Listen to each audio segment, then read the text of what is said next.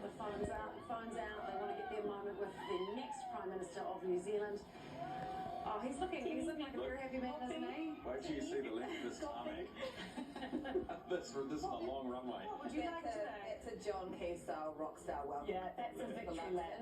Can you remember Judith Collins walking into the same party last year, and there were about 3 people in the room? She had the bravest face on in the world. Well, that's his ex-wife. And he has turned it around to be the rock star of New Zealand, to be the Prime Minister of New Zealand. That is incredible. It's pretty. I think isn't he the Prime Minister who's been in Parliament the least amount of times. Yes.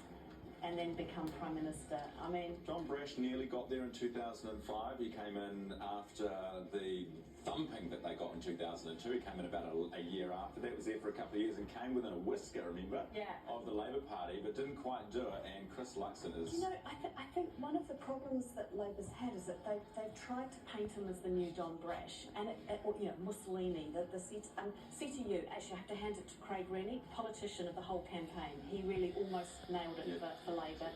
But they almost lost it. They helped to lose it for Labour as well, the CTU. They're that Mussolini poster, if people look at Christopher Luxon, even if you're not a nat and you don't support his politics, you go, the guy's not a racist. But there was a turning point for Luxon in this campaign where he began to look prime ministerial. Did you notice that? Very sharp suits, great ties, quite a point of difference from Chippy, who went the other way. He went into the sort of more casual, the bomber jacket, and Luxon just from there started to sort of glide around with a new, a new air about him. Clearly you've forgotten the pirate outfit, Trish. Oh no, yeah. I can't even bring myself. What's the rule in politics? Never get photographed in a silly hat. I do want to say though, just in terms of, not labelling him a racist, but what we are looking at right now with the National Enact Coalition is we're going to see the Māori Health Authority gone, we're going to see a lot of co-governance arrangements gone.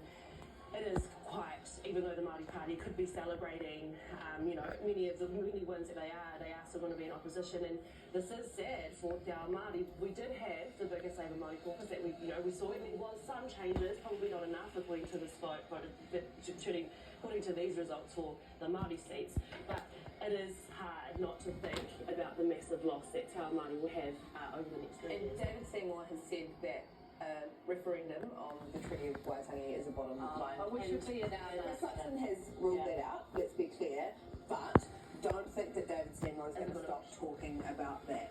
But I hope we can have a really good discussion now about devolution, co-governance in a way that where people are able to express their views, and also that we actually challenge them to make some progress on this stuff as well. Because you can't pretend the treaty doesn't exist. This is the problem National's got. You can't wish the treaty away. There's Max Key. Yeah, so he's making... Does Max Key want a career in politics? I think he does. Do you know that Max Key actually told me once that he did want to become Prime Minister one day? And when I was speaking to him about something completely different, and I didn't take him seriously at the time, but, Here is your 42nd Prime Minister of New Zealand. This is the leader of the National Party. He will soon be sworn in the next couple of weeks, I'm sure, after doing a deal with maybe with the ACT Party and New Zealand First, maybe with just the ACT Party. But ladies and gentlemen, you are looking at the next Prime Minister of New Zealand, Christopher Luxon.